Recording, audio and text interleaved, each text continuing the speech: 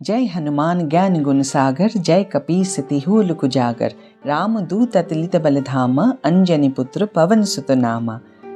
এমন একটি বাতাবরণ তৈরি করে যে থিয়েটারের সমস্ত অডিয়েন্সকে উঠে দাঁড়িয়ে বলতে হয়, নমস্কার, welcome to my channel Anjana Anjaneya. Today I saw Hanuman and it's a visual spectacle of the highest order.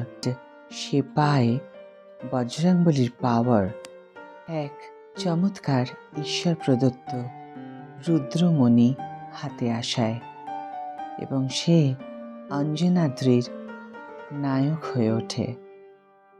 Michael, যার ছোটবেলা থেকেই সুপার হিরো হবার অবসেশন থাকে, কারণ সে ছোটবেলা থেকেই অনেক কমিক্স পড়েছে এবং সে কমিক্সের চরিত্রগুলোর মতোই সে নিজেকে মনে করে এবং তাদের মতোই হতে চায়।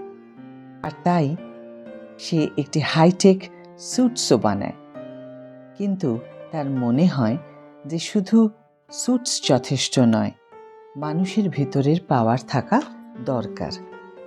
তাই তার খোঁজ তাকে নিয়ে যায় অঞ্জনাদ্রি গ্রামে, যেখানে সে ফিল্মের বাজেট 25 থেকে 30 কোটি, বাট ফিল্মের ডিরেক্টর প্রশান্ত ভার্মার যে কনভিকশন এই কনসেপ্টের উপর, তা কোনো বাজেটেই ফিট করে না।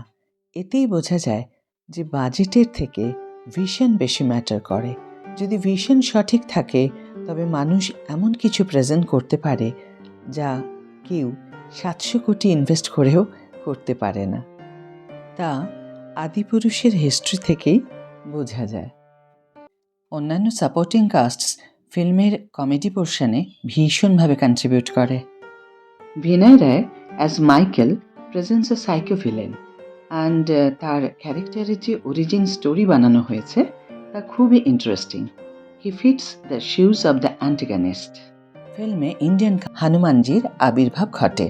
হনুমান রিলিজের ফার্স্ট ডেতেই বাজেট রিকভার করে ফেলেছে, but now in the beginning of the 4th day the total domestic collection stands at rupees 69.10 crore.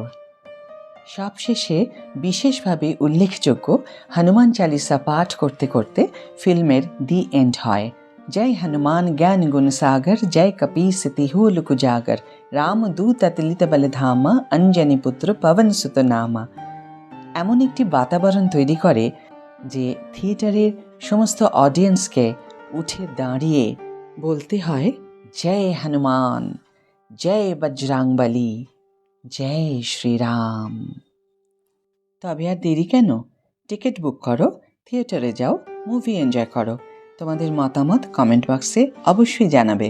আর আমার এই নো স্পয়লার ভিডিওটি যদি ভালো লাগে, লাইক সাবস্ক্রাইব করে আমার পাশে থেকো। সকলের মঙ্গল কামনা করে ভিডিওটি শেষ করছি। বাই।